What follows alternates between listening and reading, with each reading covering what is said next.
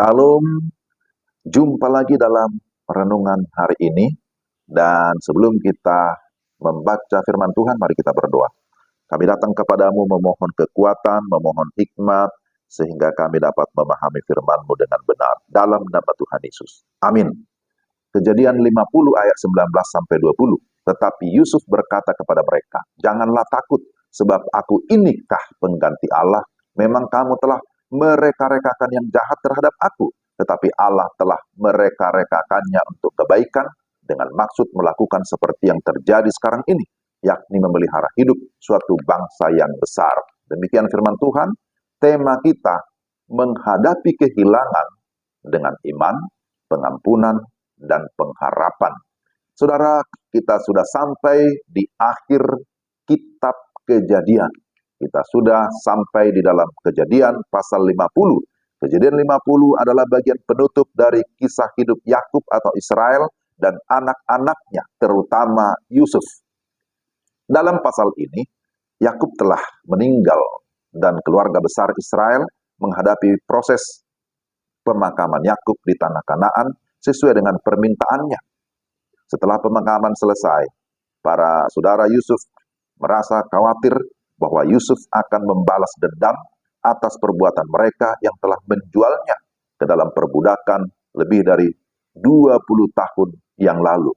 Namun, Yusuf dengan penuh pengampunan dan kasih menegaskan bahwa apa yang terjadi adalah bagian dari rencana Tuhan yang lebih besar untuk keselamatan banyak orang.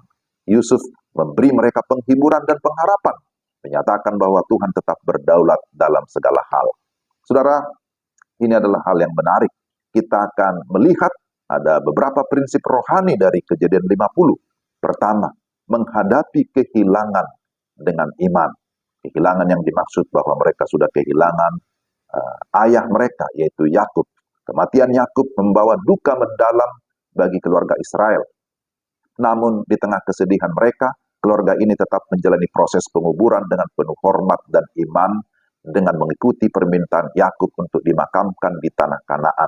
Kejadian 50 ayat 4-14. Ini mengajarkan kita bahwa dalam setiap kehilangan, kita diajak untuk tetap percaya pada janji Tuhan.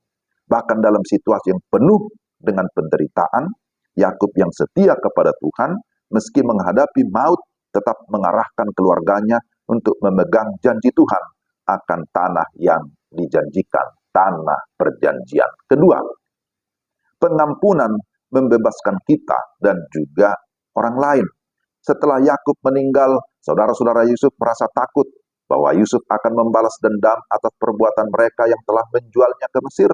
Namun Yusuf dengan penuh kasih mengatakan bahwa dia telah mengampuni mereka, bahwa Yusuf mengasihi mereka. Bahkan dia menyatakan bahwa apa yang mereka rencanakan untuk merencanakan yang jahat kepada dia di masa yang lampau, Tuhan telah mengubahnya menjadi kebaikan untuk menyelamatkan banyak orang, termasuk untuk menyelamatkan mereka dari kelaparan.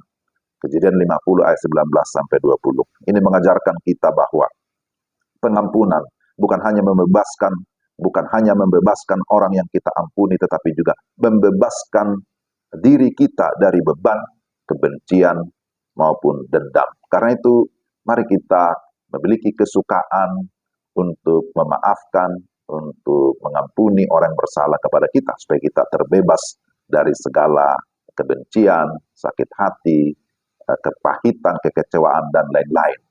Yang ketiga, menumbuhkan harapan dalam rencana Tuhan yang kekal. Di akhir pasal 50 ini, Yusuf mengingatkan saudara-saudaranya bahwa Allah akan membawa mereka keluar dari Mesir dan membawa mereka kembali ke tanah Kanaan, tanah yang dijanjikan kepada nenek moyang mereka. Kejadian 50 ayat 24. Bahkan dalam keadaan di Mesir yang mungkin tampak seperti tempat yang nyaman dan aman, Yusuf menegaskan bahwa tanah perjanjian tetap menjadi tujuan akhir bangsa Israel.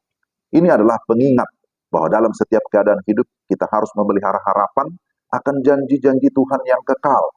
Pencapaian duniawi bukanlah tujuan akhir kita. Betul ya? Tetapi kehidupan kekal bersama Tuhanlah yang seharusnya menjadi tujuan akhir. Dan inilah yang menjadi pengharapan kita Saudara-saudara yang dikasihi Tuhan, Kejadian 50 mengajarkan kita banyak hal tentang bagaimana kita harus menghadapi kehilangan, tetapi tetap beriman. Jadi ada ungkapan boleh berduka tetapi dalam pengharapan. Tetapi juga Kejadian 50 mengajar kita bagaimana mengampuni seperti Yusuf. Bagaimana menerima orang atau menerima saudara yang pernah menyakiti. Dan Kejadian 50 juga mengarahkan kita kepada masa depan yang pasti. Masa depan yang Tuhan sudah janjikan. Jadi pastikan bahwa kita tetap hidup di dalam iman, hidup di dalam kasih, tapi juga hidup di dalam pengharapan. Mari kita berdoa. Tuhan, terima kasih untuk renungan hari ini. Kami bersyukur melalui renungan-renungan kami dengarkan berdasarkan kitab Kejadian. Sungguh kami semakin diteguhkan, pikiran kami dibukakan, dan kami semakin mengenal Tuhan yang hidup, yang sudah menciptakan kami, tetapi tidak hanya mencipta, tapi tetap menjaga, memelihara, bahkan juga memberikan jaminan pengharapan akan kehidupan yang kekal. Terima kasih Tuhan, terpujilah nama-Mu. Dalam nama Tuhan Yesus. Amin. Demikianlah renungan kita hari ini. Tuhan memberkati Bapak, Ibu, dan Saudara sekalian. Salam.